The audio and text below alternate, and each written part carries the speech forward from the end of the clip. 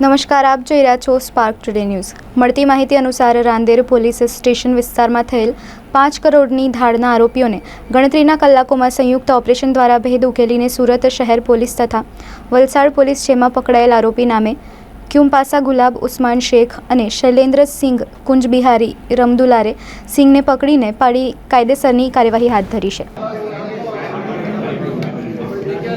ચાલુ કર્યું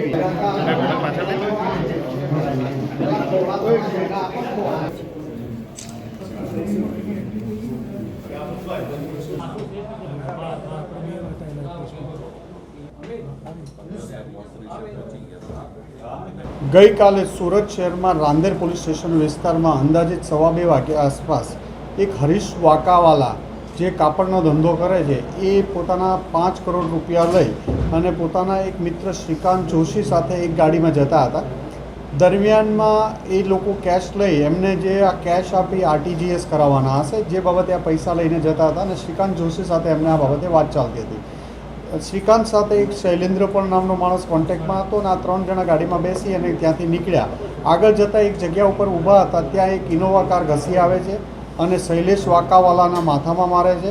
શૈલેન્દ્ર પેલી ગાડીમાં બેસી જાય છે અને શ્રીકાંત જોશીને પણ પેલા લોકો જબરજસ્તી એ ગાડીમાં બેસાડી દે છે અને એમના ગાડીમાં રહેલી 6 અલગ અલગ બેગો જેમાં 4 બેગમાં 1 કરોડ રૂપિયા અને 2 બેગમાં 50-50 લાખ એમ કુલ 5 કરોડ રૂપિયાની ધાડ પાડીને આ લોકો બપોરના 2:30 વાગ્યા આસપાસ રાંદેર વિસ્તારમાંથી ભાગી જાય છે।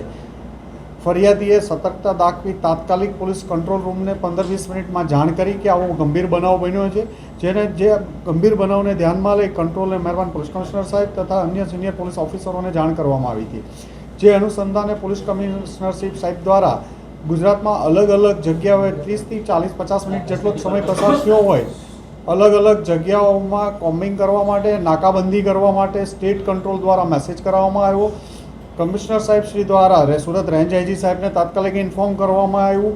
વલસાડ, નવસારી, સુરત ગ્રામ્ય, તાપી, ભરૂચ, વડોદરા ગ્રામ્ય જિલ્લા એસપી સાહેબો સાથે વાત કરવામાં આવી અને તમામ જિલ્લાઓની પોલીસ ટીમો ફક્ત 40 મિનિટ કે 50 મિનિટમાં રોડ ઉપર આવી નાકાબંધી કરી દીધી હતી અને crime branch, SOG, PCB, local zone 5 સાહેબનો સ્કોડ, રાંદેર પોલીસ સ્ટેશનનો ડિસ્ટાફ અને અન્ય પોલીસ સ્ટેશનના ડિસ્ટાફો તથા સુરત સિટીની તમામ પોલીસો નાકાબંધી કરી સુરત શહેરમાં પેટ્રોલિંગમાં રહેલા।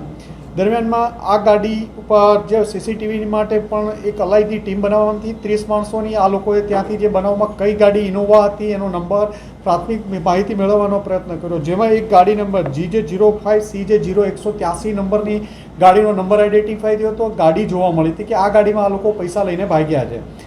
આ ગાડીનું નંબર, વર્ણન ને અંદર બેઠેલા માણસોનું વર્ણન તમામ જિલ્લાઓને જાણ કરવામાં આવી હતી અને જે તપાસ દરમિયાન 2 જ કલાકમાં આ ગાડી વલસાડના જે બગવાડા ટોલ બૂથ છે ત્યાં આગળ આ ગાડીનો નંબર બદલી દેવામાં આવ્યો હતો પણ અંદર બેઠેલા માણસોનું વર્ણન અને ગાડી MH4 પાસિંગ 04 પાસિંગનું લગાડવામાં આવ્યું હતું।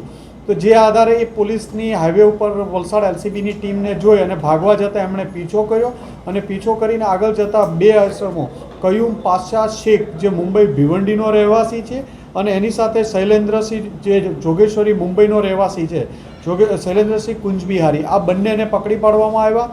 એમની પાસેથી અંદાજે 4 કરોડ 54 લાખ જેટલા રૂપિયા મળ્યા છે। ઇનોવા ગાડી મળી આવી છે અને આ આખી એમો જોઈએ તો આમની સાથે 9 માણસોની ટીમ 2 ગાડીમાં આવેલી હતી। એક ગાડીમાં 5 માણસો અને બીજી ગાડીમાં 3 માણસો અને શૈલેન્દ્ર પહેલેથી આમની પાસે આરટીજીએસના પૈસાના બાને આવેલો હતો અને બીજા માણસોને ટીપ આપી અને ધાડ પાડવાનો આ લોકોએ પ્લાન કરેલો હતો। આ નાકાબંધી દરમિયાન પોલીસની અલગ અલગ ટીમો જોતા બીજી જે ગાડી હોન્ડા અમેઝ હતી એ ભાગવા જતાં એમાંથી 3 ઇસમો ગાડી એક કન્ટેનર સાથે એક્સિડન્ટ થતાં 3 માણસોને હોસ્પિટલાઇઝ કરવામાં આવ્યા હતા, જેમાં 2ને ડિસ્ચાર્જ કરતા એમની પણ ધરપકડ કરવામાં આવી છે। ત્રીજાને સુરત ટ્રાન્સફર કરવામાં આવ્યો છે સિવિલ હોસ્પિટલમાં। દીપક પેની અને રાહુલ ભોઈ આ બેને અટક કરવામાં આવ્યા છે અને એમાં શૈલેષ ગાયકવાડ અને રાહુલ ભોઈ આ બંનેને એરેસ્ટ કરવામાં આવ્યા છે અને એક હોસ્પિટલાઇઝ છે।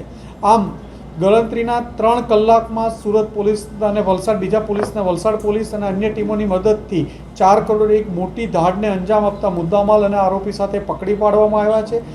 સૌથી સારી વાત આ કેસમાં કહેશું તો ફરિયાદીની સતર્કતાના કારણે એણે જે 30-35 મિનિટમાં પોલીસને ઇન્ફોર્મ કર્યા અને પોલીસ કમિશનર સાહેબે પણ સતર્કતા દાખવી, સ્ટેટ કંટ્રોલ અને અલગ અલગ જિલ્લા સાથે કોર્ડિનેશન કરી અને આખું ઓપરેશન ફક્ત 3 કલાક, 2.5 થી 3 કલાકમાં પાર પાડવામાં આવ્યું અને ગુનાનો ભેદ ઉકેલી કાઢવામાં આવ્યો છે.